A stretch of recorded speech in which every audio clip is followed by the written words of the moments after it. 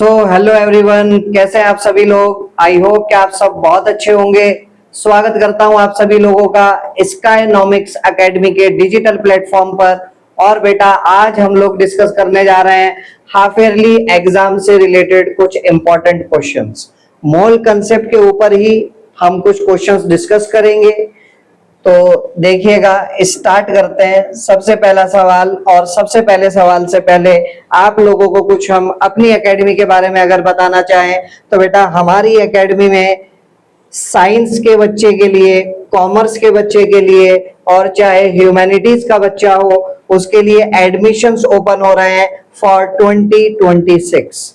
और उससे भी पहले एक बहुत बढ़िया न्यूज आप लोगों के लिए कि हमारा बैच स्टार्ट होने जा रहा है 1 नवंबर से, जिसके अंदर लिमिटेड सीट्स अवेलेबल हैं। तो इसीलिए जल्दी से जल्दी आप एनरोल कराइए।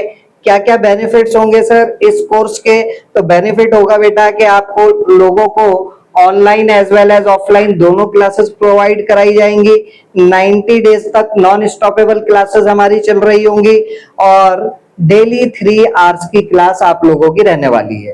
ठीक, एक बार सिलेबस कंप्लीट हो जाए तो सिलेबस कंप्लीट होने के बाद हर चैप्टर से, हर सब्जेक्ट से रिलेटेड आप लोगों को 5 फुल लेंथ मॉक टेस्ट करवाए जाएंगे, जिसका सॉल्यूशन आप लोगों को ऑनलाइन यूट्यूब के जरिए पहुंचा दिया जाएगा।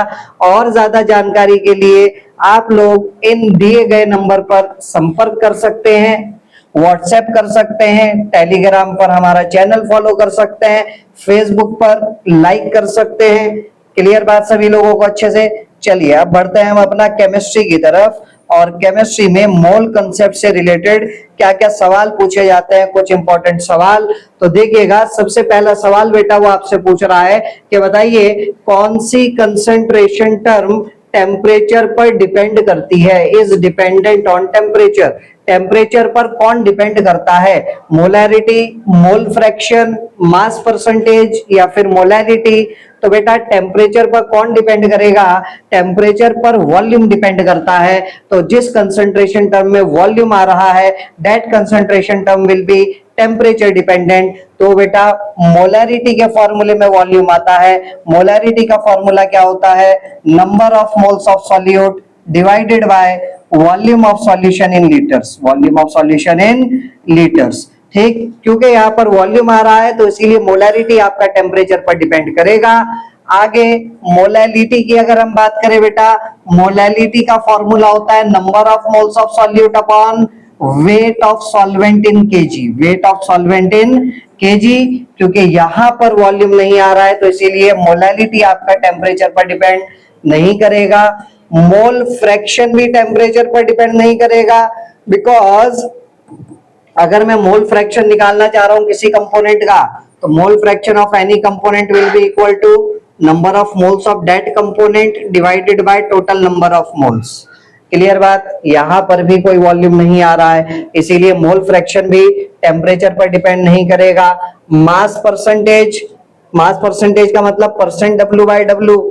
तो जिस भी कंपोनेंट का आप परसेंट डब्ल्यू बाय डब्ल्यू निकालना चाह रहे हो, फॉर एग्जांपल आप सॉल्यूट का निकालना चाह रहे हो, तो ऊपर सॉल्यूट का मास आएगा और नीचे पूरे सॉल्यूशन का मास आएगा मल्टीप्लाइड बाय 100। तो यहां पर भी आप देख सकते हैं कि कोई भी वॉल्यूम की टर्म नहीं आ रही है, इसीलिए केवल और केवल टेम्परेचर पर डिपेंड कौन करता है बेटा?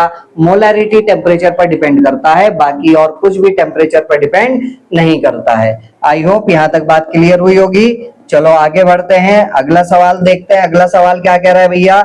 अगला सवाल वो आपसे बोल रहा है कि 4 gram of NaOH is dissolved in 100 ml solution. Molarity बताओ सॉल्यूशन की क्या होगी? 4 ग्राम NaOH को डिसॉल्व किया गया है 100 ml सॉल्यूशन के अंदर। तो बताइए सबसे पहले सर, सॉल्यूट कौन हो जाएगा? सॉल्यूट तो NaOH हो जाएगा। तो what is the mass of solute? What is the mass of NaOH? Sir 4 ग्राम। ठीक, सॉल्यूट का मॉलिक्यूलर मास बताइए, सॉल्यूट का मोलार मास, NaOH का मोलार मास निकालिए। सोडियम का 23, ऑक्सीजन का 16 और हाइड्रोजन का 1। तो NaOH का मोलार मास निकल करके आ जाएगा 40 ग्राम पर मोल। ठीक, 100 ml सॉल्यूशन में डाला तो वॉल्यूम ऑफ सॉल्यूशन कितनी दी गई है बेटा? 100 ml। एग्जाम में भी आप लोगों को इसी तरीके से लिख करके आना है। क्वेश्चन में क्या क्या इंफॉर्मेशन प्रोवाइडेड है वो सारी इंफॉर्मेशन लिखनी है, और एट द एंड निकालना क्या है, मोलैरिटी निकालना है। तो उसको लिखने के बाद आगे क्वेश्चन मार्क लगा दीजिएगा कि हमें मोलैरिटी निकालनी है। क्लियर बात। अब मोलैरिटी का फॉर्मूला बोलो भाई क्या होता है। मोलैरिटी का फॉर्मूला होता है sir number of moles of solute upon volume of solution in litres. ठीक, इस फॉर्मूले को अगर थोड़ा सा और एक्सपेंड किया जाए तो नंबर ऑफ मोल्स का फॉर्मूला क्या होता है, given mass in grams divided by molar मास। तो नंबर ऑफ मोल्स सॉल्यूट के हैं तो मास भी सॉल्यूट का होगा, मोलार मास भी सॉल्यूट का होगा। ये एमबी का मतलब क्या है, एमबी का मतलब है मोलार मास ऑफ सॉल्यूट, या फिर आप इसको मॉलिक्यूलर मास भी बोल सकते हैं। और नीचे डिनोमिनेटर में वॉल्यूम ऑफ सॉल्यूशन उसने एमएल में दी है बेटा, किस में दी है, एमएल में। तो एमएल को लीटर में बदलने के लिए क्या करेंगे सर, एमएल को लीटर में बदलने के लिए नीचे 1000 से डिवाइड करेंगे। अब जब नीचे 1000 से डिवाइड करोगे आप तो 1000 घूम करके ऊपर चला जाएगा। तो ये हमारे पास मोस्ट एक्सपेंडेड फॉर्मूला निकल करके आ गया किसका, मोलैरिटी का। अब क्या करना है, देखो सारी वैल्यूज आपको पता है, डब्ल्यूबी भी पता है, एमबी भी पता है, वॉल्यूम ऑफ सॉल्यूशन भी पता है आप लोगों को। तो बस वैल्यू डालिए और सॉल्व करके निकालिए।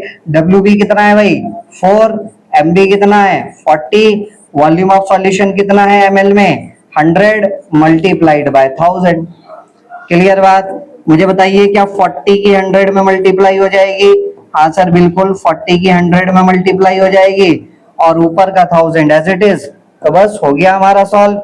यहाँ 3 0 से 3 0 कैंसिल, 4 से 4 कैंसिल, आंसर कितना आ गया बेटा 1 मोलैरिटी। कितना आ गया 1 मोलैरिटी। तो कौन सा ऑप्शन करेक्ट हो जाएगा बेटा, option number A for Apple हमारा करेक्ट हो जाएगा। क्लियर हो गई बात अच्छे से।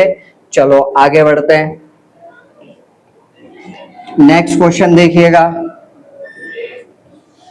Which has the maximum number of molecules. ठीक है, दिए गए चारों ऑप्शन में मैक्सिमम नंबर ऑफ मॉलिक्यूल्स किसमें प्रेजेंट है।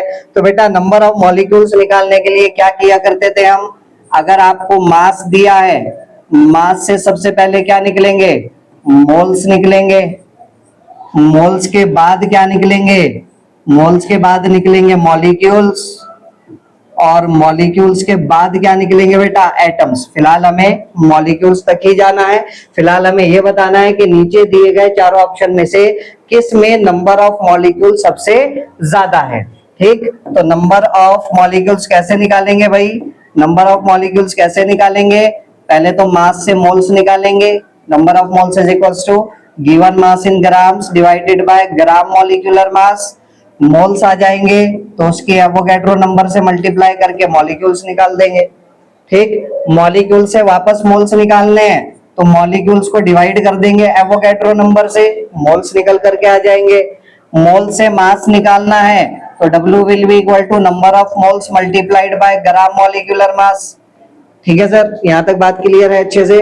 ठीक है, चलो अब हमें ये बताना है, देखो एक तो तरीका है सब्जेक्टिवली क्वेश्चन को कैसे सॉल्व करना है, और एक तरीका ये है कि अगर ऑब्जेक्टिव में सवाल आ जाए तो बिना टाइम वेस्ट करे हमें शॉर्टकट तरीके से किस तरीके से आंसर को सॉल्व करना चाहिए। तो वो कह रहा है नंबर ऑफ मॉलिक्यूल्स मैक्सिमम किस में होंगे, तो बताओ भाई मॉलिक्यूल मैक्सिमम किस में होंगे, मॉलिक्यूल मैक्सिमम उसमें होंगे जिसमें नंबर ऑफ मोल्स मैक्सिमम होंगे, जिसमें नंबर ऑफ मोल्स क्या होंगे मैक्सिमम। बिकॉज मोल्स से मॉलिक्यूल्स निकालते समय हमें सिर्फ एवोगैड्रो नंबर से मल्टीप्लाई करना है, और एवोगैड्रो नंबर तो एक कांस्टेंट वैल्यू है। तो अगर मोल्स मैक्सिमम होंगे तो मॉलिक्यूल्स भी क्या आएंगे भाई, मैक्सिमम आएंगे। अब मोल्स मैक्सिमम कब होंगे, तो नंबर ऑफ मोल्स का formula mass upon molar mass. हम कह रहे हैं मोल्स ज्यादा कब होंगे, जब मोलार मास सबसे कम होगा।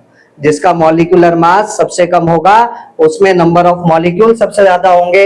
आपको कोई सॉल्व करने की जरूरत नहीं है, अगर ऑब्जेक्टिव सवाल है तो आपको सिंपली शॉर्टकट लगाना है। तो देख लो किसका मोलार मास सबसे कम है, कार्बन डाइऑक्साइड का 44 होता है, हाइड्रोजन का 2 होता है, ग्राम पर मोल में होता है बेटा ये। ठीक, और ऑक्सीजन का 16 2 32।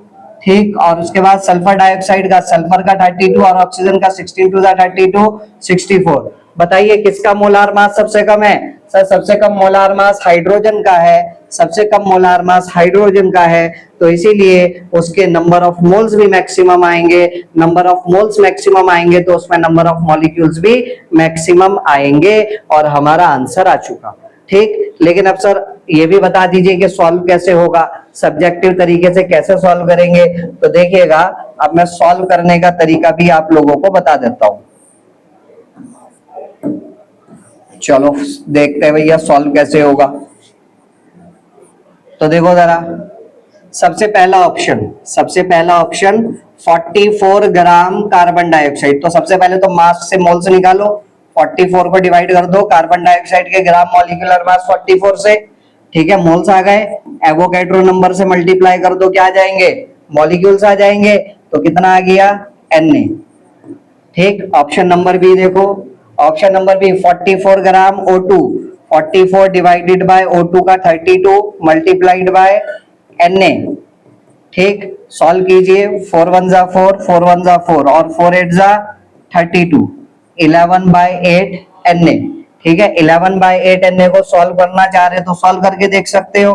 8 1 जा 8, बचा कितना, 3 बचा, पॉइंट लगा करके 0 बढ़ाओगे, 8 3 जा 24, 1.3 Na। ठीक, अब बचा कौन सा ऑप्शन भाई, सी ऑप्शन, इधर कर देते हैं, सी ऑप्शन 8 ग्राम हाइड्रोजन। तो 8 डिवाइडेड बाय हाइड्रोजन का कितना, 2, एवोगैड्रो नंबर से मल्टीप्लाई करो, मॉलिक्यूल्स आ गए 4 Na।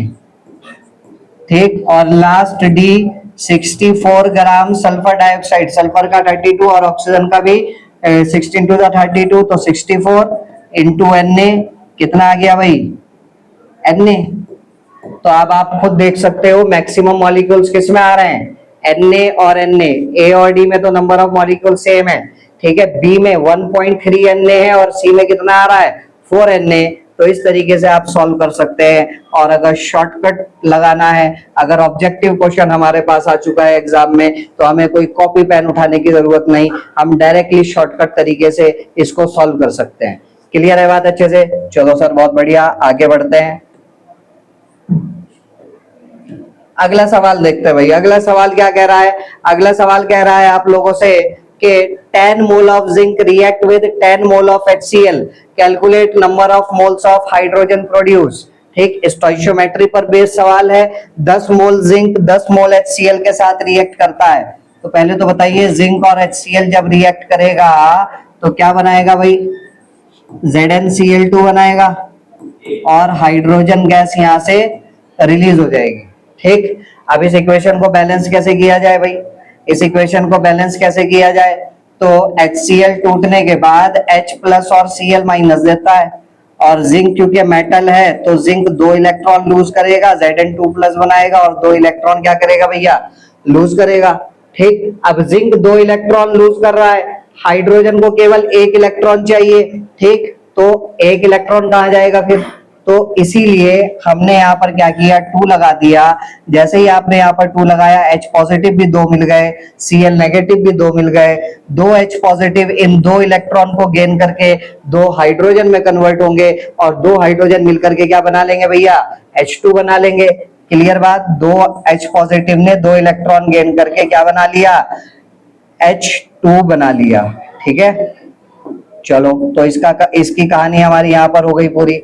उसके बाद अब देखो जरा, एक Zn पे 2 प्लस और एक Cl पे 1 माइनस, तो 2 Cl पे 2 माइनस, एक Zn पे 2 प्लस 2 Cl पे 2 माइनस, टोटल पॉजिटिव चार्ज और टोटल नेगेटिव चार्ज बराबर हो गया। तो इन दोनों ने आपस में मिलकर के क्या बना लिया, इन दोनों ने आपस में मिलकर के राइट साइड में देख सकते हो ZnCl2 बना लिया। ठीक है, तो चलो अब मैं इसको यहां से हटा देता हूं। ठीक है, अब आप देख सकते हो हमारी इक्वेशन क्या हो चुकी है, बैलेंस हो चुकी है। ठीक, अब वो कह रहा है 10 मोल ऑफ जिंक, जिंक के कितने मोल भाई, 10 मोल रिएक्ट करते हैं 10 मोल ऑफ HCl के साथ। तो बताइए हाइड्रोजन के कितने मोल्स बनेंगे, number of moles of hydrogen निकालने।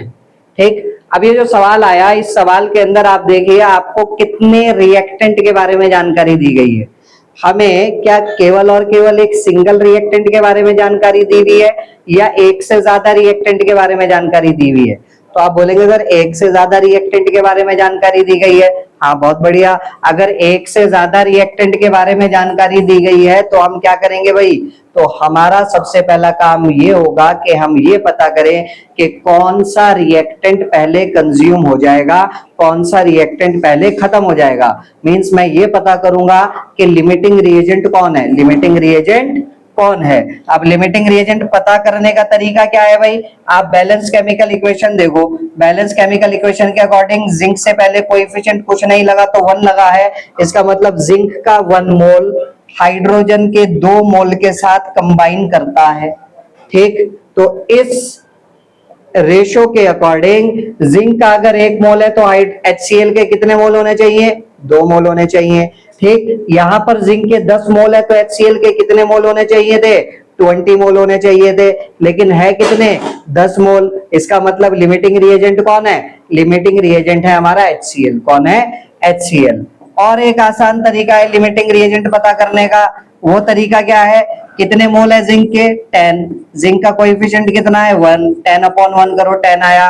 कितने मोल है HCl के, 10, कोएफिशिएंट कितना है, 2, 10/2 करो, कितना आया, 5। जो छोटी वैल्यू होगी वो लिमिटिंग रिएजेंट होगा, जो छोटी वैल्यू होगी वो क्या होगा, लिमिटिंग रिएजेंट होगा। तो हमें पता चल गया कि हमारा लिमिटिंग रिएजेंट कौन है भाई, यहाँ पर हमारा लिमिटिंग रिएजेंट है HCl।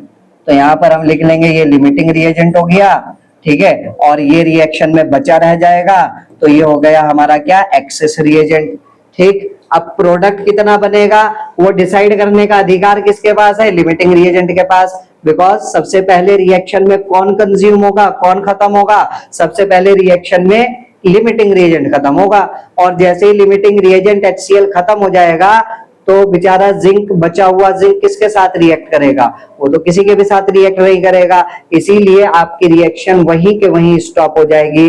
तो आपके हाइड्रोजन के कितने मोल बनेंगे, कितने मोल बनेंगे वो डिसाइड करने का अधिकार किसके पास है, वो डिसाइड करने का अधिकार लिमिटिंग रिएजेंट HCl के पास है। बैलेंस केमिकल इक्वेशन के अकॉर्डिंग देखिए, 2 मोल HCl के हैं तो 1 मोल हाइड्रोजन का बन रहा है, 2 मोल HCl के हैं तो हाइड्रोजन का 1 मोल बन रहा है। मतलब हाइड्रोजन के मोल HCl के मोल से जस्ट आधे हो चुके हैं। ठीक है, तो यहाँ बताइए जरा, 10 मोल हाइड्रोजन के हैं, 10 मोल HCl के हैं, तो इसके कितने मोल बन जाएंगे बेटा, 10 का आधा, 5 मोल बन जाएंगे। समझ आ रही है बात अच्छे से, नहीं तो आप यूनिटरी मेथड से भी देख सकते हो कि 2 मोल HCl के, 2 मोल HCl के 1 मोल हाइड्रोजन का देता है according to balance chemical equation. लेकिन अभी मेरे पास 10 मोल है HCl के, तो 10 मोल HCl के कितने मोल देंगे हाइड्रोजन के, 1/2 मल्टीप्लाइड बाय 10। यहाँ से भी आंसर कितना आ चुका है बेटा, 5 मोल। तो हाइड्रोजन के कितने मोल बन चुके हैं हमारे पास, 5 मोल। ऑप्शन नंबर ए हमारा यहाँ पर करेक्ट हो जाएगा, ऑप्शन नंबर ए हमारा यहाँ पर करेक्ट हो जाएगा। तो अगर ऑब्जेक्टिव में सवाल आ गया, बिल्कुल 1 मिनट के अंदर अंदर ये सवाल हो जाएगा। लिमिटिंग रिएजेंट पता किया, दिए गए मोल्स को कोएफिशिएंट से डिवाइड करा, जो छोटी वैल्यू होगी वो लिमिटिंग रिएजेंट, उसके बाद ये कितना बनेगा तो वो हमने इसकी मदद से निकाला, इसके 2 मोल है, इसका 1 मोल है, मतलब आधा हो गया। ठीक है, तो इसके 10 है तो इसके कितने हो जाएंगे भाई, 5 मोल हो जाएंगे। आई होप यहाँ तक बात क्लियर हुई होगी। चलो आगे बढ़ते हैं, अगला सवाल देखते हैं। अगला सवाल क्या कह रहा है भाई, the number of oxygen atoms in 4.2 gram of carbon dioxide. 4.2 gram carbon dioxide में ऑक्सीजन के एटम कितने हैं। ठीक है, तो नंबर ऑफ एटम्स निकालने, मास दिया हुआ है तो पहले तो मास को ग्राम मॉलिक्यूलर मास से डिवाइड करा। ठीक, मोल्स आ गए, एवोगैड्रो नंबर से मल्टीप्लाई करा, 6 × 10⁻23। ठीक, तो क्या आ जाएंगे मॉलिक्यूल्स। फिर एटम निकालने, लेकिन टोटल एटम नहीं निकालने, किसके एटम निकालने, केवल और केवल ऑक्सीजन के एटम निकालने हैं। तो ऑक्सीजन के रेस्पेक्ट में एटॉमिसिटी कितनी है बेटा, 2, तो यहाँ पर 2 से मल्टीप्लाई कर दीजिए। अब आप इसको सॉल्व कीजिए, यहाँ पर एक पॉइंट है, इस पॉइंट की एक 10 में मल्टीप्लाई होगी तो 44 हो जाएगा। यहाँ बचेगा 6 × 10⁻22 और 6 2 12, तो 12 × 10⁻22। बताइए कौन सा ऑप्शन आ रहा है, 12 × 10⁻22। यहाँ तो सर 12 × 10⁻23 है। यहाँ पर देखिए 1.2 × पावर 23। अगर मैं डेसिमल 1 के बाद लगाता हूं तो 10 की पावर 1 से मल्टीप्लाई करना पड़ेगा, तो आप इसको 1.2 इंटू 10 की पावर 23 भी लिख सकते हो। तो ऑप्शन नंबर ए हमारा यहाँ पर करेक्ट हो जाएगा। क्लियर है बात अच्छे से? हाँ सर बहुत बढ़िया। या फिर आप यहीं पे देख लो, यहीं पे जब आप इसको कट करोगे कितना बचेगा, 0.1 इंटू 6 इंटू 10 की पावर 23 इंटू 2, 6 2 12, 12 की 0.1 में मल्टीप्लाई करोगे तो 1.2 इंटू 10 की पावर 23। क्लियर है बात अच्छे से? चलो आगे देखते हैं। ठीक, अगला सवाल क्या पूछ रहा है भाई? अगला सवाल कह रहा है कि the molarity of a solution obtained by mixing 750 ml of 0.1 molarity HCl with 250 ml of 2 molarity HCl will be, ठीक, कितनी होगी मोलैरिटी? तो देखो भैया, दो अलग अलग सॉल्यूशन को मिलाया जा रहा है। एक सॉल्यूशन मेरे पास यहाँ है जिसकी मोलैरिटी M1 वॉल्यूम V1, एक सॉल्यूशन ये है जिसकी मोलैरिटी M2 वॉल्यूम V2। ठीक, मैं एक तीसरा कंटेनर उठा करके लेकर के आया, इसको उठा करके इसमें डाल दिया, इसको उठा करके इसमें डाल दिया। ठीक, तो पहले वाले कंटेनर के मोल्स जिसको N1 बोल देते हैं कितने होंगे, M1 V1, number of moles का formula molarity multiplied by volume. दूसरे कंटेनर में नंबर ऑफ मोल्स उसको N2 बोल देते हैं, वो M2 V2 के बराबर होगा। ठीक, अब जब आपने इन दोनों का आपस में मिलाया तो मोलैरिटी भी पक्की बात है बदल जाएगी, वॉल्यूम भी पक्की बात है बदल जाएगी, तो नंबर ऑफ मोल्स भी चेंज हो जाएंगे।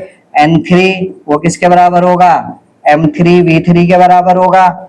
ठीक है, अब अगर पहले कंटेनर में 5 मोल है और दूसरे में 6 मोल है, तो जब दोनों को आपस में मिलाओगे तो नंबर ऑफ मोल्स क्या हो जाएंगे, एडअप हो जाएंगे।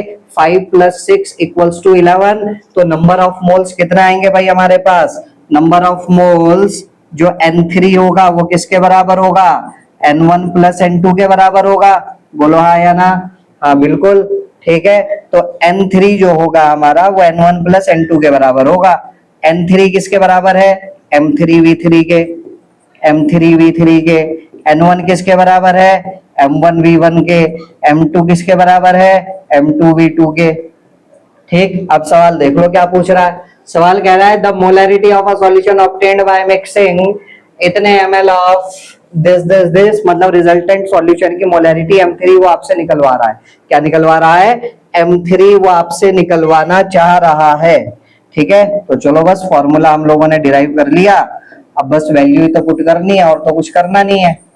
चलो जरा वैल्यू पुट करते हैं यहाँ पर। तो देखिएगा, molarity of a solution obtained by mixing मतलब आपको क्या निकालना है, M3 निकालना है।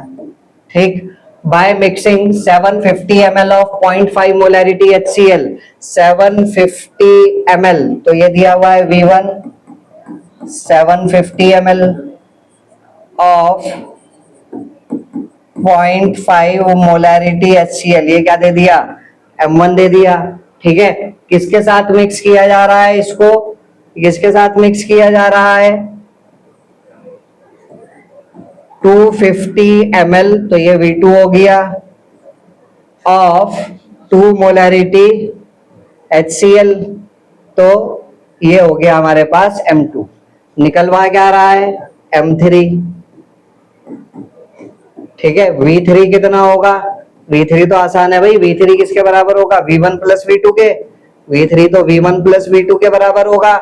V1 कितना है हमारा 750 और V2 कितना है हमारा 250। ठीक है, तो कितना आ जाएगा 750 और 250, 1000 ml, मतलब कितना आ गया 1 लीटर। ठीक, तो बस अब सारी वैल्यूज यहाँ पर डालो और M3 कैलकुलेट करके निकालो। ठीक, M3 हमें निकालना है इज इक्वल्स टू M1 कितना, M1 कितना 0.5, M2 V1 कितना, लीटर में कन्वर्ट करो इसको 0.75, 0.75, तो 0.7 ही मान लो, कोई दिक्कत वाली बात नहीं, या फिर राउंड ऑफ करोगे तो 0.8 मान लो, कोई प्रॉब्लम नहीं। चलो 0.8 मान लेते हैं। M1 V1 हो गया प्लस M2 V2, M2 कितना है 2, V2 कितना है 1000 से डिवाइड करो 0.2। ठीक, अब डिवाइड कर देंगे किससे, डिवाइड करेंगे किससे, V3 से, और V3 कितना है V3 1000 ml मतलब 1 लीटर। ठीक, तो बस अब सॉल्व कर लीजिए।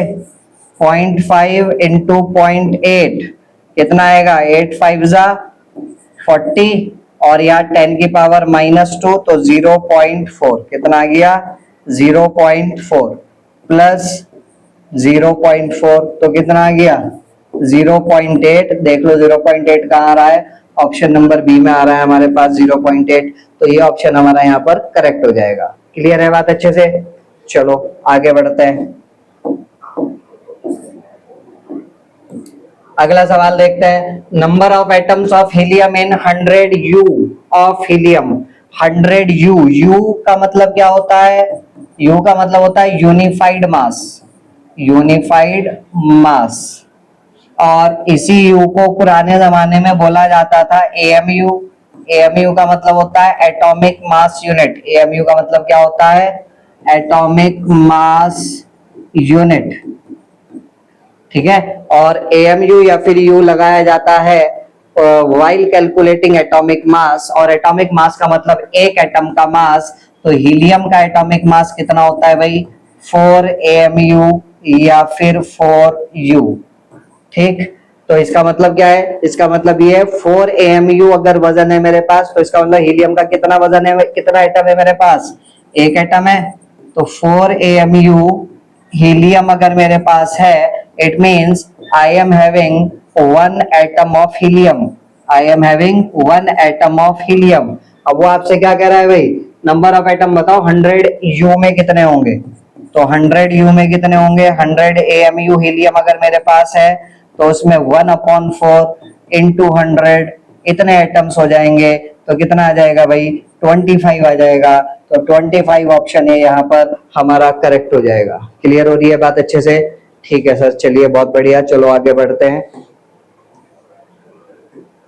अगला सवाल क्या कह रहा है, इतने molecules of urea are present in 100 ml of its solution, the concentration of solution is. ठीक, मोलैरिटी आपसे निकलवाना चाह रहा है, कह रहा है यूरिया के कितने मॉलिक्यूल्स है, 6.02, 6 ही मान लो, 6 इंटू 10 की power 20 molecules of urea present है 100 ml सॉल्यूशन में, 100 ml सॉल्यूशन में। The concentration of the solution will be, molarity बतानी है। ठीक है, तो सबसे पहले तो भाई एक काम करो, नंबर ऑफ मॉलिक्यूल्स दिए हुए, तो नंबर ऑफ मॉलिक्यूल्स, यूरिया किसका काम करेगा यहाँ पर, सॉल्यूट का, तो number of moles of solute निकालो। अभी अभी बताया मॉलिक्यूल से मोल्स निकालने के लिए डिवाइड बाय एवोगैड्रो नंबर, तो 6 इंटू 10 की पावर 20 को डिवाइड कर दो किससे, 6 इंटू 10 की पावर 23 से, कितने मोल्स आ जाएंगे, 10 की पावर -3 मोल्स आ जाएंगे। ठीक, अब बस मोलैरिटी निकाल दो, molarity is equal to number of moles of solute 10 के power -3 divided by volume of solution in litres, ये तो ml है, तो ऊपर किससे मल्टीप्लाई करोगे, 1000 से, तो 10 की पावर -3 और 10 की पावर +3 क्या हो जाएगा भाई, कैंसिल आउट। मोलैरिटी कितनी आ जाएगी, 10 की पावर -2 कैपिटल M मतलब 0.01 मोलैरिटी। तो कौन सा ऑप्शन करेक्ट हो जाएगा भाई हमारा, कौन सा ऑप्शन करेक्ट हो जाएगा, 0.01 ऑप्शन नंबर बी हमारा करेक्ट हो जाएगा। क्लियर हो गई बात अच्छे से? ठीक है सर, चलो आगे बढ़ते हैं।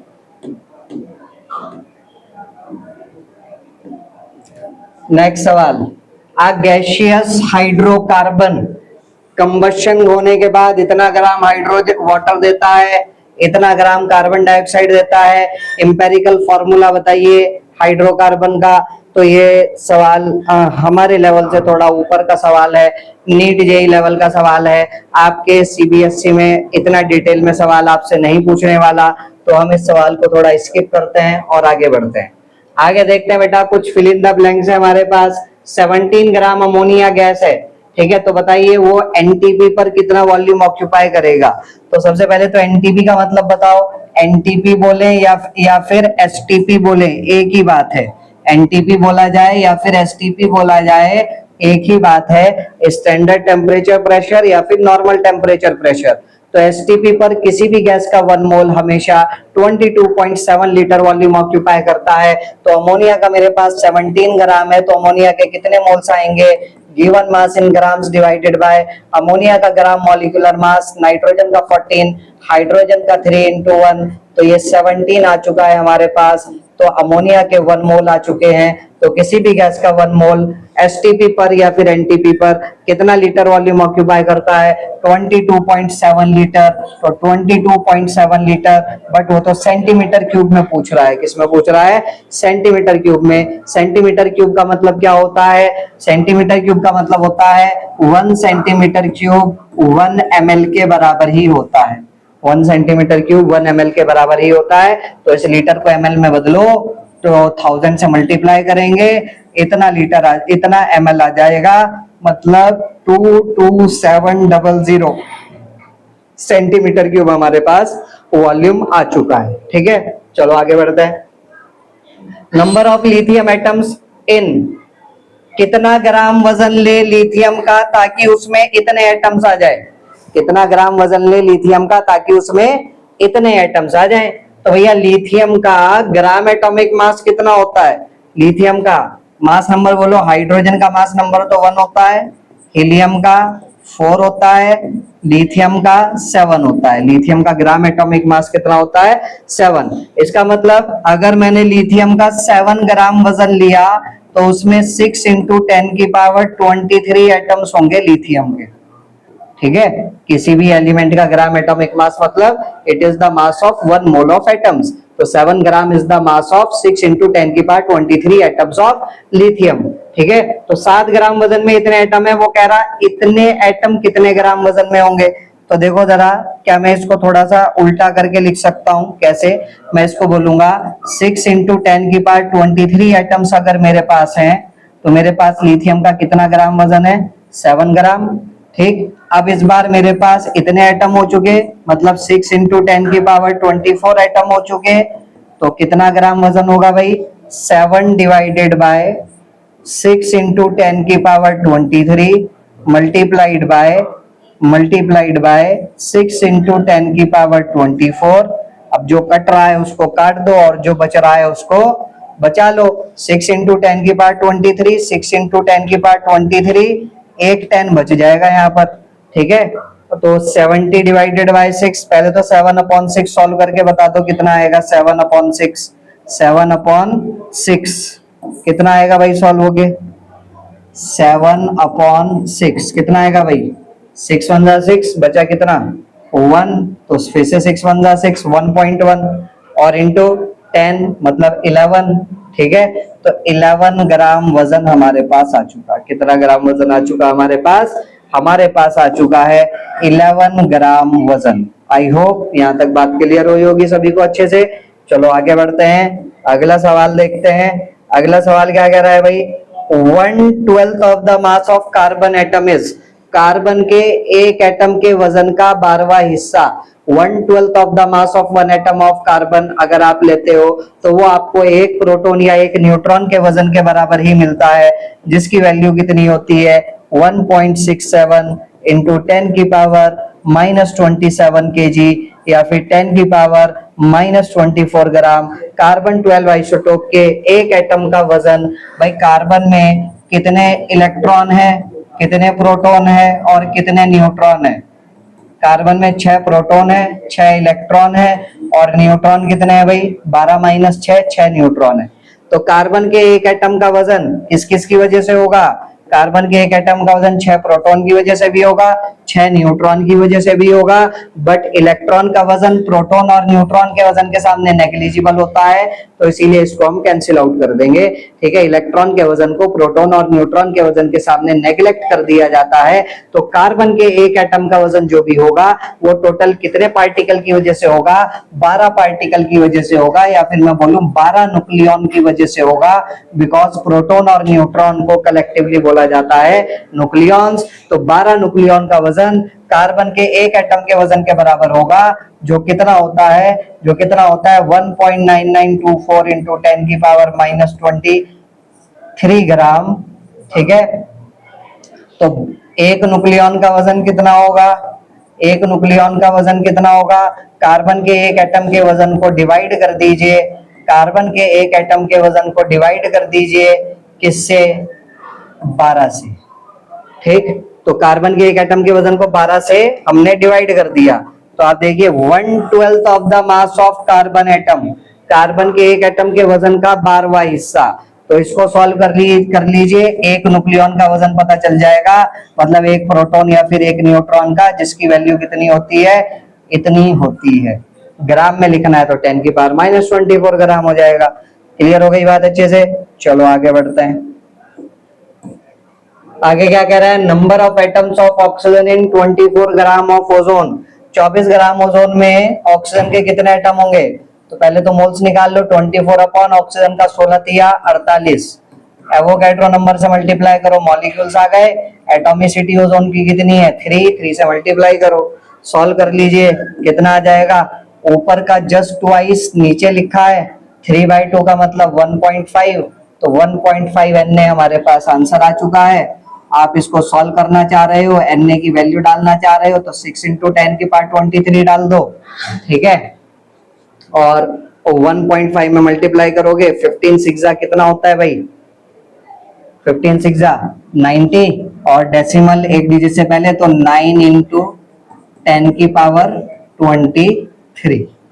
ठीक, number of moles of barium carbonate which contains इतने moles of oxygen atom is, barium carbonate का फॉर्मूला, बेरियम सबसे पहले बताओ, बेरियम सेकंड ग्रुप का एलिमेंट है, ठीक है, बेरिलियम, मैग्नीशियम, कैल्शियम, स्ट्रोंशियम और बेरियम से सेकंड ग्रुप का एलिमेंट है। अगर सेकंड ग्रुप का एलिमेंट है तो इसकी वैलेंसी कितनी होगी, इसकी वैलेंसी होगी 2, ठीक है, बेरियम की वैलेंसी है 2, और कार्बोनेट CO3 2-, ये भी 2, क्रिस क्रॉस करोगे तो बेरियम कार्बोनेट का फॉर्मूला क्या बनेगा, BaCO3, क्या बनेगा, बेरियम कार्बोनेट का फॉर्मूला BaCO3 बनेगा, ठीक है। अब वो आपसे देखो क्या पूछना चाह रहा है, वो आपसे पूछना चाह रहा है number of moles of barium carbonate, barium carbonate के कितने मोल्स लिए जाएं ताकि उसके अंदर 1.5 मोल आ जाए ऑक्सीजन के।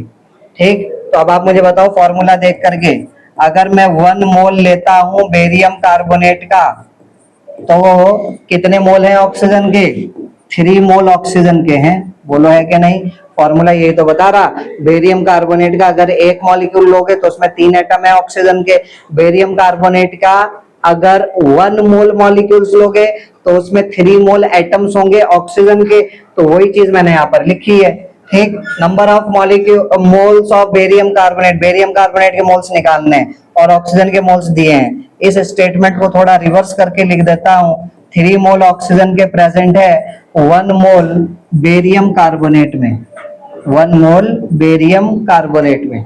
ठीक, तो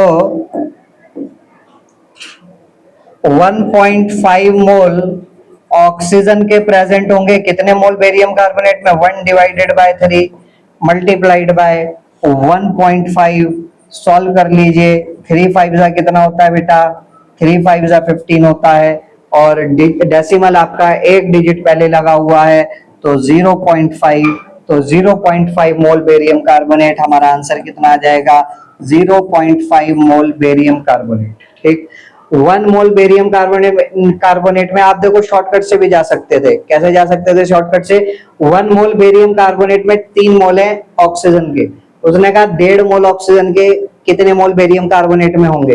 ठीक है, तो उसने क्या किया, उसने 3 का आधा कर दिया, 3 का आधा कर दिया, तो इधर 1 का भी तो आधा कर दो, 1 का आधा कर दो तो भी आंसर आ गया कितना, 0.5। तो ये कुछ स्मार्ट वर्क है, कुछ तरीके हैं जिनसे आप अपने ऑब्जेक्टिव में आए गए सवालों को with in fraction of second solve कर सकते हो। ठीक है, चलो आगे बढ़ते हैं। आगे, if the phosphate of a metal has the formula, metal का फॉस्फेट है भाई कोई, ठीक है, फॉर्मूला क्या है, पहले तो फॉस्फेट बताओ, फॉस्फेट होता है PO4 3-, और कोई मेटल लिया हुआ आपने तो फॉर्मूला क्या बनेगा फॉस्फेट का, अगर मेटल की वैलेंसी में मान लेता हूं N है और इस पर चार्ज 3 है, तो क्रिस क्रॉस करोगे तो फॉर्मूला बनेगा M3PO4 होल N। ठीक। लेकिन उसने सवाल में आपको बोला मेटल फॉस्फेट का फॉर्मूला MPO4 है। अब MPO4 कब आएगा भाई? MPO4 कब आएगा? ये 3 है, अगर ये NB3 के बराबर हो जाए तो 3 से 3 क्या हो जाएगा? कैंसिल। इसका मतलब मेटल की वैलेंसी कितनी है? मेटल की वैलेंसी है 3। The formula of the metallic sulphate क्या होगा? ठीक है, मेटल की वैलेंसी पता चल गई तेरी, तो सल्फेट के साथ क्या फॉर्मूला होगा? SO4 2 माइनस, इसका चार्ज लिखो नीचे 2, क्रिस क्रॉस करो, क्या आ जाएगा? M2SO4 whole thrice. क्या आ जाएगा? M2SO4 whole thrice. ये मेटल सल्फेट का हमारे पास फॉर्मूला आ जाएगा। ठीक है, चलो। At NTP the mass of 1 litre of gas, NTP मतलब STP पर, ठीक है, the mass of 1 litre of gas is 3 gram. 1 litre gas है कोई STP पर, तो वो कितना वॉल्यूम ऑक्यूपाई करेगा? 22.7 लीटर। बट ये लेटेस्ट कन्वेंशन है हमारा, बिकॉज आज के समय में हम STP पर प्रेशर 1 ATM ना लेकर के 1 बार लेकर के चलते हैं, और पुराने जमाने में वह प्रेशर 1 ATM लेकर के चला करता था। इसीलिए आज भी काफी बुक्स जो है वो 22.4 ही लेकर के चलती हैं। तो देखो, दोनों में कोई इतना ज्यादा डिफरेंस तो है नहीं, चाहे आप 22.4 लेकर के चलो, चाहे आप 22.7 लेकर के चलो, दोनों से आंसर लगभग लगभग अप्रोक्सीमेटली आपका सेम आएगा। तो 1 लीटर किसी भी गैस का, 1 मोल किसी भी गैस का 1 मोल कितना लीटर वॉल्यूम ऑक्यूपाई करता है भाई? 22.7 लीटर वॉल्यूम ऑक्यूपाई करता है। वो आपसे कह रहा है गैस का मोलार मास बता दीजिए, गैस का मॉलिक्यूलर मास बता दीजिए कितना होगा। कैसे निकालोगे? NTP पर the mass of 1 litre gas दिया हुआ क्या है?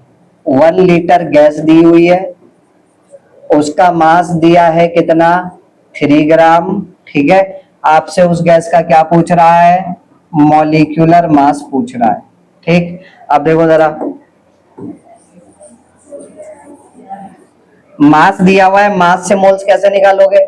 Given mass in grams divided by molar mass. Mass से मोल्स कैसे निकालोगे? Given mass in grams divided by molar mass. Volume भी दी है NTP पर, वॉल्यूम दी हुई है, तो वॉल्यूम से मोल्स कैसे निकालोगे? Given volume in litres divided by या तो 22.4 या फिर 22.7। चलो 22.4 ही डाल लेते हैं, या कुछ भी डाल लो, 22.7 डाल लेते हैं, कोई प्रॉब्लम नहीं।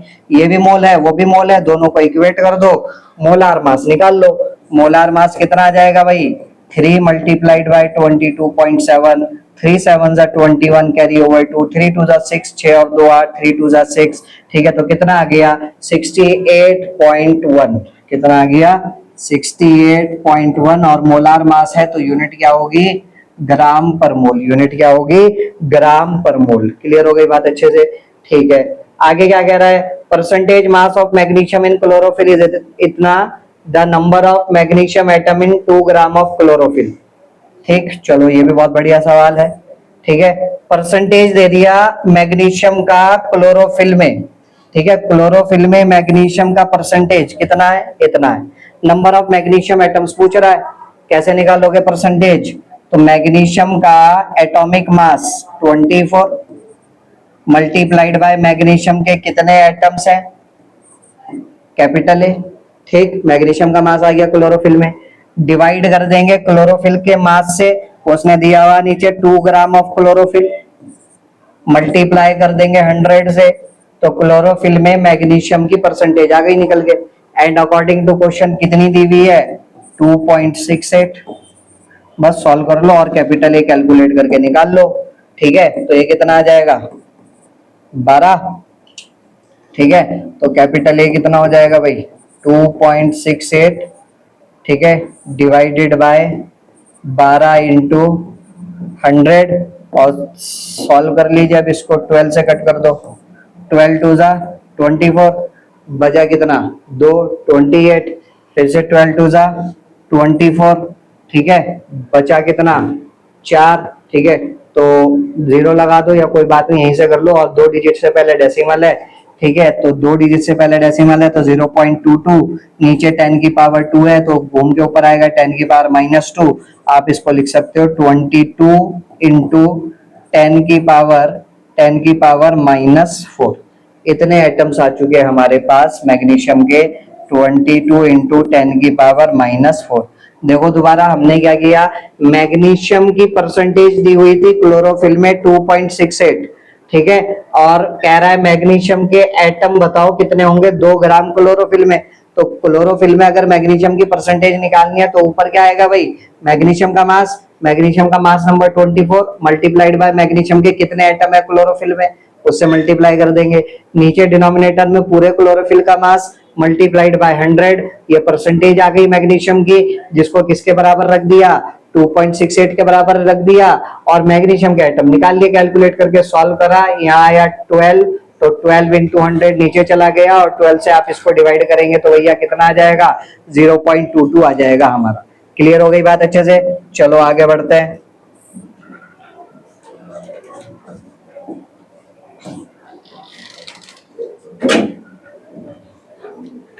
अगला सवाल क्या कह रहा है भाई, अगला कह रहा है the mass of one molecule of carbon dioxide, carbon dioxide के एक मॉलिक्यूल का वजन, कार्बन डाइऑक्साइड का मोलार मास 44, और एक मॉलिक्यूल का पूछ रहा है तो आगे यूनिट क्या लगाएंगे, एएमयू।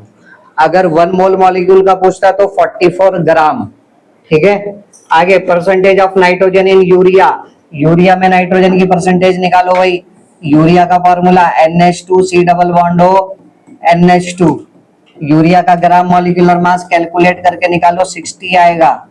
तो यूरिया में नाइट्रोजन की परसेंटेज कैसे निकालोगे, नाइट्रोजन का मास कितना है, नाइट्रोजन है कितने 2, और नाइट्रोजन का मास नंबर होता है 14, तो 14 टू 28 अपॉन यूरिया का ग्राम molecular mass 60 multiplied by 100, solve कर लीजिए, यूरिया में नाइट्रोजन की परसेंटेज निकल करके आ जाएगी, ठीक है। आगे number of carbon atoms present in 18 gram of glucose, 18 gram glucose में कार्बन के कितने एटम प्रेजेंट है, तो सबसे पहले 18 अपॉन ग्लूकोज का ग्राम मॉलिक्यूलर मास 180 मोल्स आ गए, ठीक है, Na से मल्टीप्लाई करा मॉलिक्यूल्स आ गए, कार्बन की एटॉमिसिटी कितनी है 6, सॉल्व कर लीजिए आप इसको, ठीक है, तो नीचे कितना बचेगा 10, और 2 से कट कर दीजिए, ठीक है, 3 5, ठीक है, 0.6 Na, और Na की वैल्यू रख दीजिए 6 इंटू 10⁻23, तो 3.6 इंटू 10⁻23 हमारे पास आंसर आ जाएगा।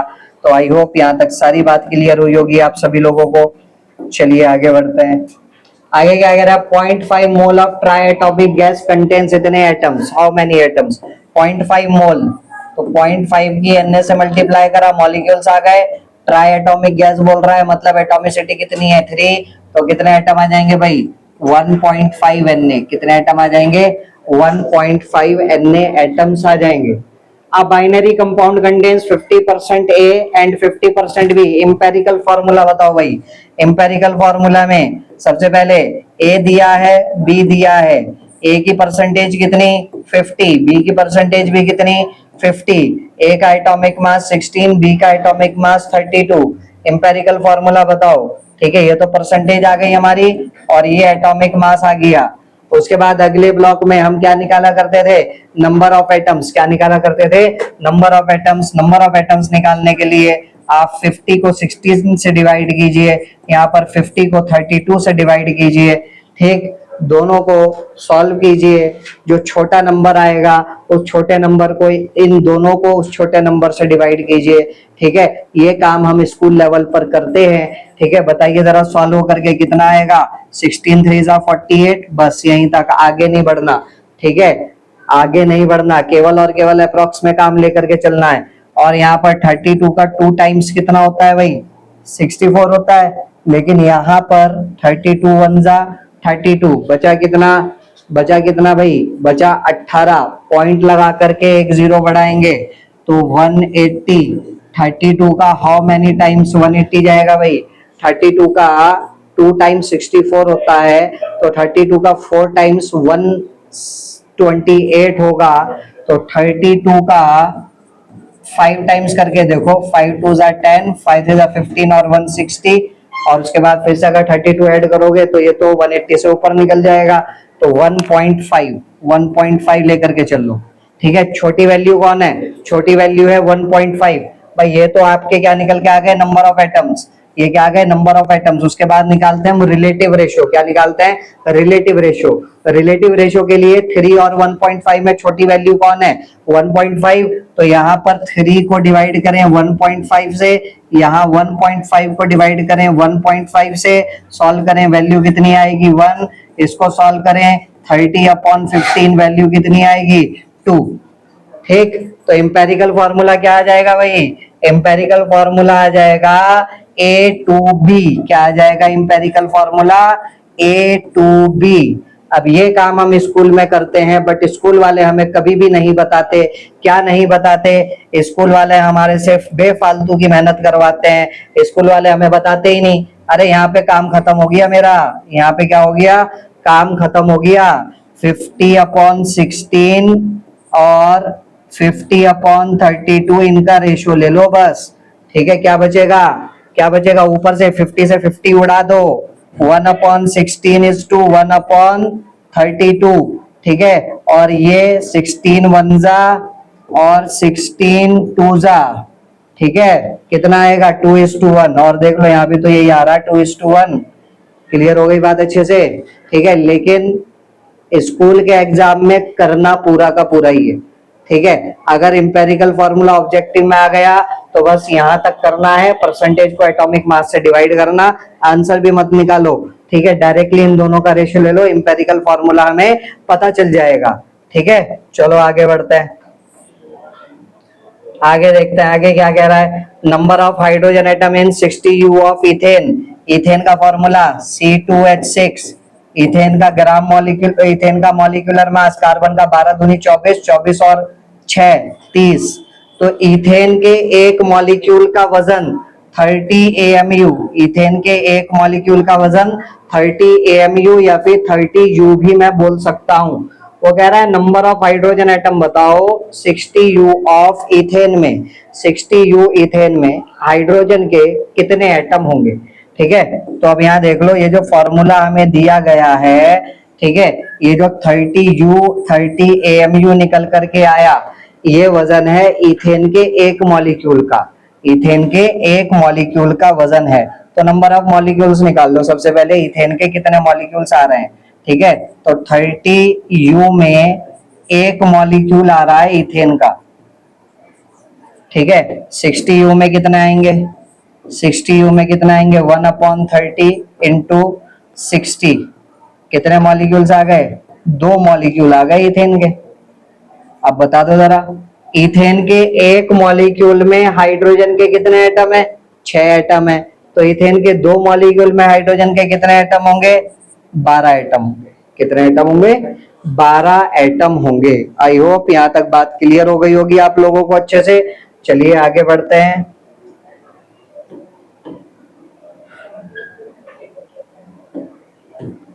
आगे कुछ ट्रू फॉल्स, इनके बारे में भी थोड़ा सा डिस्कशन कर लेते हैं। ठीक है, equal volume of different gases under similar conditions of temperature and pressure contains equal number of molecules. सही है या गलत है, क्या कह रहा है, equal volume of different gases under similar conditions of temperature and pressure contains equal number of molecules. तो जवाब है बेटा बिल्कुल सही, इट इज ट्रू। और ये कौन सा लॉ होता है हमारा, ये होता है हमारा एवोगैड्रोस लॉ। कौन सा लॉ होता है, एवोगैड्रोस लॉ होता है। It is my Avogadro's law. ठीक, उसके बाद 1 मोल ऑफ C12H22O11, इसको सुक्रोज बोलते हैं। क्या बोलते हैं, sucrose. 1 mole of sucrose contains 22 hydrogen atoms. भाई इसका 1 मोल लिया तो 22 मोल्स ऑफ हाइड्रोजन एटम होंगे, 22 हाइड्रोजन एटम नहीं होंगे, 22 मोल्स ऑफ हाइड्रोजन एटम होंगे। अगर मैंने 1 मोल C12H22O11 का लिया तो उसमें हाइड्रोजन के 22 मोल होंगे, 22 मोल हाइड्रोजन एटम्स के होंगे। तो हाइड्रोजन एटम कितने होंगे टोटल, 22 इंटू 6 इंटू 10 की पावर 23। ठीक है, 6 2 12, 6 2 12 और 113, 132 इंटू 10 की पावर 23 हाइड्रोजन के एटम होंगे, 22 एटम नहीं होंगे। तो ये हो गया हमारा गलत। क्लियर है बात अच्छे से। चलो आगे बढ़ते हैं। आगे nitrogen form 5 oxides. Nitrogen 5 oxide बनाता है, कौन कौन सी? सबसे पहली ऑक्साइड नाइट्रस ऑक्साइड, जिसका नाम हमें याद रखना ही रखना है, और ये लाफिंग गैस होती है। क्या होती है? Laughing gas. ठीक है, अब उसके बाद कुछ नहीं करना, एक एक ऑक्सीजन बढ़ाते जाना। N2O2 लिखूंगा तो 2 से 2 कैंसिल आउट हो गया, उसके बाद N2O3, उसके बाद N2O4, 2 और 4 को कट करोगे तो NO2, उसके बाद N2O5। तो ये 5 ऑक्साइड आ गई हमारे पास नाइट्रोजन की। कह रहा है it proves the law of multiple proportion. ये कौन से लॉ को प्रूव करता है? मल्टीपल प्रोपोर्शन को। बिल्कुल सही कह रहा है, लॉ ऑफ मल्टीपल प्रोपोर्शन को ये प्रूव करता है। कैसे? नाइट्रोजन का मुझे बताइए कितना मास है यहाँ पर? 14 टू द 28, यहाँ पे 14, यहाँ पे 28, यहाँ पे फिर से 14 और यहाँ पे कितना? 28। ऑक्सीजन का कितना वजन है भाई? पहले वाले में 16, दूसरे वाले में भी 16, तीसरे वाले में 16 तिया 48, इस अगले में 32 और अगले में 16 5 जा 80। तो लॉ ऑफ मल्टीपल प्रोपोर्शन क्या कहता है? लॉ ऑफ मल्टीपल प्रोपोर्शन ये कहता है कि जब दो एलिमेंट आपस में कंबाइन करके दो या दो से ज्यादा कंपाउंड बनाते हैं तो उनमें वो एलिमेंट जो जिसका फिक्स्ड मास होता है, ठीक है, फिक्स मास रखने वाला एलिमेंट जो अलग अलग मास के एलिमेंट के साथ कंबाइन करता है तो उनका रेशियो सेम होता है। तो सबसे पहले तो एक काम कर लीजिए, सबसे पहले यहाँ पर नाइट्रोजन का मास फिक्स कर लीजिए। मान लेते हैं मैंने नाइट्रोजन का मास 14 फिक्स कर दिया, यहाँ भी 14, यहाँ भी 14, यहाँ भी 14, यहाँ भी 14 और यहाँ भी 14। तो नया मास ऑक्सीजन का निकल के आएगा भाई। 28 से 14 कर दिया, 28 का आधा, तो ऑक्सीजन का 16 का आधा हो जाएगा 8। ये तो 14 ही है तो ऑक्सीजन का 16 ही रहेगा। यहाँ फिर से 28 का आधा हो गया तो 48 का भी आधा करो, कितना हो जाएगा भाई? 24। 14 तो एज इट इज है तो ऑक्सीजन 32 ही रहेगा, और यहाँ पर ये आधा हो गया तो ये भी आधा हो गया। अब देखिए नाइट्रोजन का मास फिक्स कर दिया 14 ग्राम, तो ऑक्सीजन के कितने ग्राम के साथ कंबाइन कर रहा है, इसका अगर आप रेशो निकालें, अरे भैया ये तो 8 का टेबल लिखा हुआ है। 8 1 जा 8, 8 2 जा 16, 8 3 जा 24, 8 4 जा 32 एंड 8 5 जा 50। तो ये कौन सा लॉ हो चुका है हमारा? ये हो चुका है हमारा लॉ ऑफ मल्टीपल प्रोपोर्शन। तो इसीलिए हमारा ये ऑप्शन यहाँ पर करेक्ट हो चुका है। ठीक, atomicity of phosphorus is 4। Phosphorus P4 नाम का मॉलिक्यूल बनाता है, तो फास्फोरस की एटॉमिसिटी कितनी हो गई? 4 हो गई। ठीक है, लेकिन सवाल आधा अधूरा है, उसने मॉलिक्यूल नहीं लिख करके दिया, तो मॉलिक्यूल का नाम लिख करके देगा तो हम बता पाएंगे कि उसमें फास्फोरस की एटॉमिसिटी कितनी है। Molarity changes with change in temperature. Molarity temperature पर डिपेंड करती है, टेम्परेचर बदलने से मोलैरिटी बदल जाती है, ये भी हमारा बिल्कुल सही। चलो आगे देखते हैं। तो आप आगे बेटा आप स्काईनॉमिक्स के साथ जुड़ सकते हैं, अलग अलग डिजिटल प्लेटफॉर्म पर आप हम लोगों को फॉलो कर सकते हैं, व्हाट्सएप पर जुड़ सकते हैं, इंस्टाग्राम पर जुड़ सकते हैं, फेसबुक पर जुड़ सकते हैं, यूट्यूब पर भी आप हमारे लेक्चर्स का मजा ले सकते हैं, घर बैठ करके फ्री में पढ़ सकते हैं। तो यूट्यूब पर स्काईनॉमिक्स एकेडमी का एक अलग यूट्यूब चैनल आप देख सकते हो, स्काईनॉमिक्स साइंस के नाम से एक अलग चैनल आप देख सकते हो, जहां पर केवल साइंस की वीडियोस आप लोगों को बताई जाएगी। RIMC सैनिक स्कूल RMS के लिए डिफरेंट चैनल है, और आप लोग कॉम्पिटिटिव एग्जाम के लिए भी जा सकते हो, गूगल पर रिव्यूज देखने तो वहां पर भी जा सकते हो। ठीक, आगे देखते हैं एम्पेरिकल फार्मूला और मॉलिक्यूलर फार्मूला। ठीक है, अगर वो यहाँ पर लिख दे empirical formula is equal to molecular formula तो ये हो गया भाई गलत, ये हो गया गलत। अगर वो लिखे empirical formula not equal to molecular formula तो ये करेक्ट है। एम्पेरिकल फार्मूला और मॉलिक्यूलर फार्मूला में क्या डिफरेंस है? जैसे कि ग्लूकोज की अगर हम बात करें C6H12O6, तो ये बता रहा है आपको ये मॉलिक्यूलर फार्मूला है, और ये आपको एग्जैक्ट नंबर ऑफ एटम्स बता रहा है कि ग्लूकोज के एक मॉलिक्यूल में एग्जैक्ट नंबर ऑफ एटम्स कितने प्रेजेंट है। जबकि इंपेरिकल फार्मूला क्या होगा? इसका सिंपलेस्ट रेशो कॉमन फैक्टर 6 है, तो कट कर दीजिए CH2O, ये हो गया हमारा इंपेरिकल फार्मूला, जो आप लोगों को एक सिंपलेस्ट रेशो निकाल करके दे रहा है between different atoms of all the elements present in a molecule. ठीक, आगे देखो gram atomic mass of an element. Gram atomic mass किसी एलिमेंट का may be defined as the mass of Avogadro's number of atom. बिल्कुल सही बात है, gram atomic mass 1 mole of atom के मास के बराबर होता है, so this is the correct. Gay-Lussac's law of combining of chemical combination is valid for all substances. नहीं, बिल्कुल भी नहीं, ये केवल और केवल गैसेस के लिए एप्लीकेबल है। Gay-Lussac's law of, पूरा नाम है Gay-Lussac's law of combining gaseous volumes. तो इसीलिए ये लॉ केवल और केवल किसके लिए एप्लीकेबल है बेटा? ये लॉ केवल और केवल गैसेस के लिए एप्लीकेबल है, सभी सब्सटेंसेस के लिए ये लॉ एप्लीकेबल नहीं है। आई होप यहाँ तक सभी को बात समझ आई होगी। आगे देखते हैं, Gay-Lussac's law of chemical combination is valid for all substances। Question repeat हो चुका है। अगला सवाल देखते हैं, Avogadro's number varies with temperature and pressure. नहीं, बिल्कुल भी नहीं। क्यों नहीं? अगर मैं आपको कहूँ वन डजन बनाना में कितने बनाना आएंगे? 12 बनाना आएंगे। मैं चला जाऊं लद्दाख जहाँ पे टेम्परेचर चेंज हो गया, तो क्या वहां जाकर के टेम्परेचर बदलने से 1 डजन में आने वाले बनाना भी चेंज हो जाएंगे? नहीं, ये तो केवल एक क्वांटिटी है। तो एवोगैड्रो नंबर केवल और केवल एक क्वांटिटी है जिसको टेम्परेचर प्रेशर से कोई भी लेना देना नहीं है। 18 gram of water vapors and 18 gram of ice will contain the same number of molecules। बिल्कुल सही बात है। ठीक है, यहाँ तो सिर्फ आपने क्या किया, फिजिकल स्टेट बदल दी। 18 ग्राम वाटर वेपर लें या फिर 18 ग्राम सॉलिड आइस लें या फिर 18 ग्राम ऑफ वाटर लें, लिक्विड वाटर लें, तो सेम नंबर ऑफ मॉलिक्यूल सभी के अंदर पाए जाएंगे। क्लियर हो गई बात? चलो आगे देखते हैं अगला सवाल तो कुछ नहीं भैया, थैंक यू, आज के लिए इतना ही। मिलते हैं आप लोगों से बहुत जल्द अगली क्लास में एक नई एनर्जी के साथ, कुछ नए कंसेप्ट के साथ। तब तक के लिए bye bye, tata, take care.